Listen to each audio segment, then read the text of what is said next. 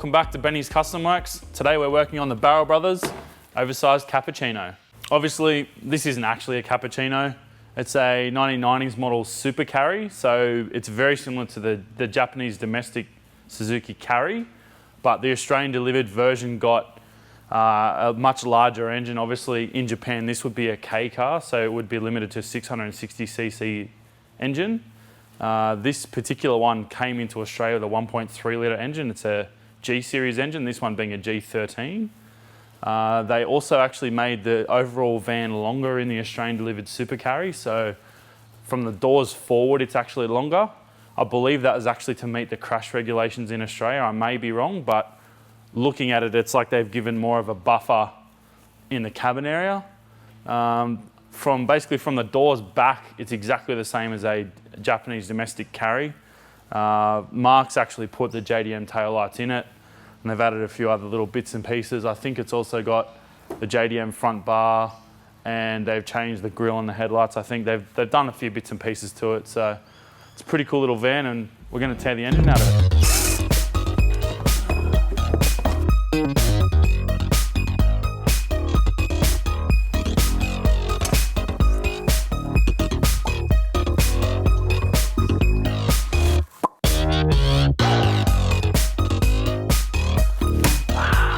I don't think I want to do vans anymore. You just started. I know. Wish I didn't.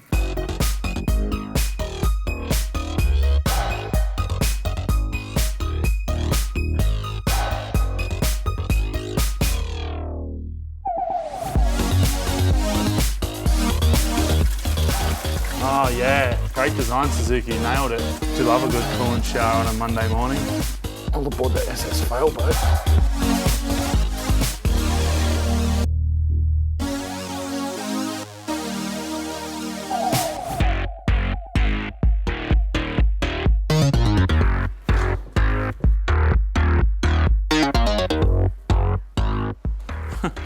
The output shaft diameter looks exactly the same as the cappuccino one.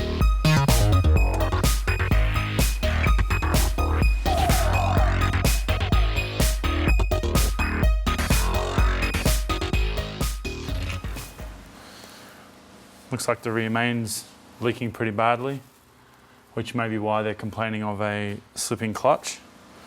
That's a lot of oil to be on that bolt, which has just come out of the bell housing. So yeah, I'd say there's a pretty high possibility of a leaking rear main.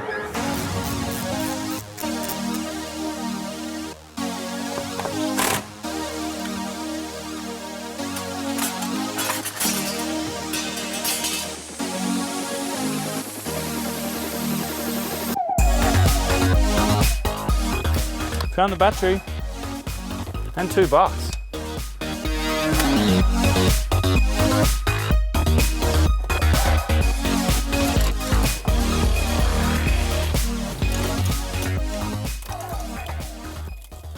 You guys may have noticed before we actually put electrical tape on the starter motor cable. That was because we couldn't actually get to the battery from underneath the car, so that was still live current.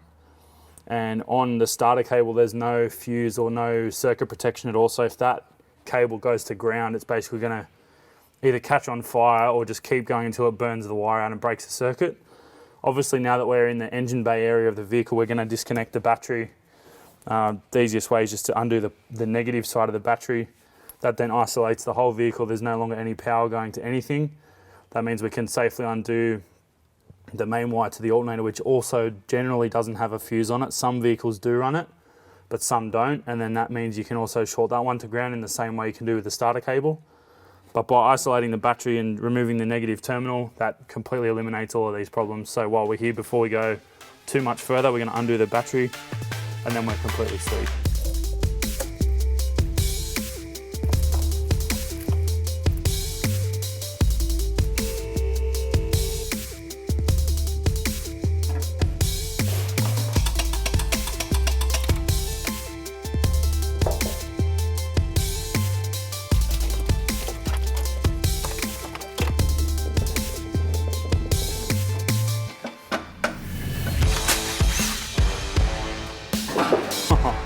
That worked really well.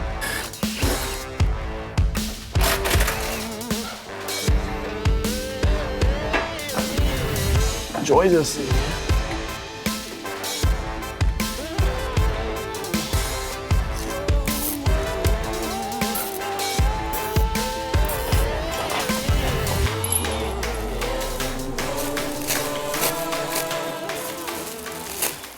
This is hopefully going to be our replacement engine. This is a G16 out of a Suzuki APV, which is kind of the later version of this same sort of concept. Warning, when you fit the timing belt, please turn the engine by hand about 10 or so revolutions and then recheck before installation. Rebuilt engine, good engine. Why would you rebuild an engine and then put the same water pump on it that's probably 20 years old? I'm really keen to actually put both of these engines side by side to see just how different they are and if it is actually going to work, because I really want to check all this out before we go investing more money into things like time belt kits and water pumps and bits and pieces, because the G13 and the G16 use different time belts. So I don't want to have to go buying two of everything if we do have to actually put another a G13 back into this car. I'd love to know what rebuilding's been done. So those top holes don't appear to me to be the same. And the bottom ones definitely aren't. You can visually see that the G16's a lot wider. And normally I wouldn't be that worried about it, modifying it a little bit. But being that the exact spot we need to modify is where the engine number's stamped, it's not going to be easy. And the other problem we've got is the G13 block has a casting or a drilling that actually holds the clutch cable. And there's nothing like that at all on the G16 block. So that's either going to involve heaps more fabrication, or what I think is probably the best bet is actually just to get another one of these engines, especially being that I don't actually think that engine's been rebuilt, because the head gasket clearly is not a new one. And all it looks like is they've pulled the sump off and possibly thrown bearings at it. And to me, I just don't have any faith in that engine. I'd almost rather use a second-hand engine than one that someone's just chucked bearings at, because you don't know if they've torqued the cam caps properly or the main bearing caps properly. So that may be more headache than it's worth. And the second we modify anything on that, we definitely can't return it. So I'm going to ring Mark and we'll have a chat about our options and see which way he wants to go, and I'll give him what I think is the best course and we'll see what he wants to do. But I'll go with what Mark says. How you doing, buddy? Good day, sir. How are you? Oh, Monday. Fantastic. It's still Monday. It's still Monday. Yeah. So we've pulled your engine out. Yep. And we've put it next to your supposedly rebuilt G16A. Yeah. And from what I can see, there's a lot more differences than just those bottom block mounts. Okay. It seems the top holes are actually different as well by a couple of mil. The what's different? The top hole spacing is also different. Okay. And the sumps are completely different. Okay, so why can't we use the APV sump on the carrot? Because it's longer, so that actually sits it lower in the car. And the other problem is, where the engine number is on the G16A block is exactly where we need to modify it to mount, if we were going to put the G13 box on it, Yeah. is exactly where we need to modify it and cut it and weld it, and basically you have no engine number anymore. What I think they've done is basically knocked the sump off it and put bearings in it, if that. Maybe they've just knocked the sump off it and looked at it, because I had a quick look down the oil cap as well, and it doesn't look like anything's been done in the top end. And I didn't want to pull apart anything that would look like we've pulled it apart in case you want to return it or have a chat to them about it or whatever, because the second I pull off the sump or the rock cover or something, I think they'll just go, you've had it apart, we can't guarantee what you've done to it, no more refund. Yeah. I'd be more confident in just chucking another 1.3 in it, unless there's, was the reason you originally went 1.6 availability, or was it just because bigger? Both. Okay. Couldn't find a 1.3 though. Basically it was rebuild the 1.3 or get a 1.6 for it. I wonder if we just send your 1.3 off to get freshened up then. They're just not the same. Like the block geometry is obviously not shared, because potentially you could put the carry sump on the G16A if the block width is the same, but I can't imagine that the block width would be the same if the lower mounting points are wider, why would you make that wider but not the actual block itself wider?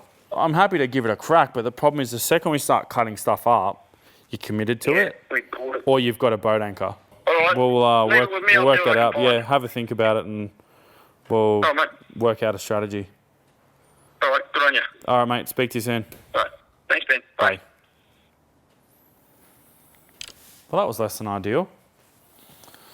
So, being that we can't put this engine in, and being that we can't put that engine back in, I think we might just pack it up, push it off the hoist, and wait for Mark's decision.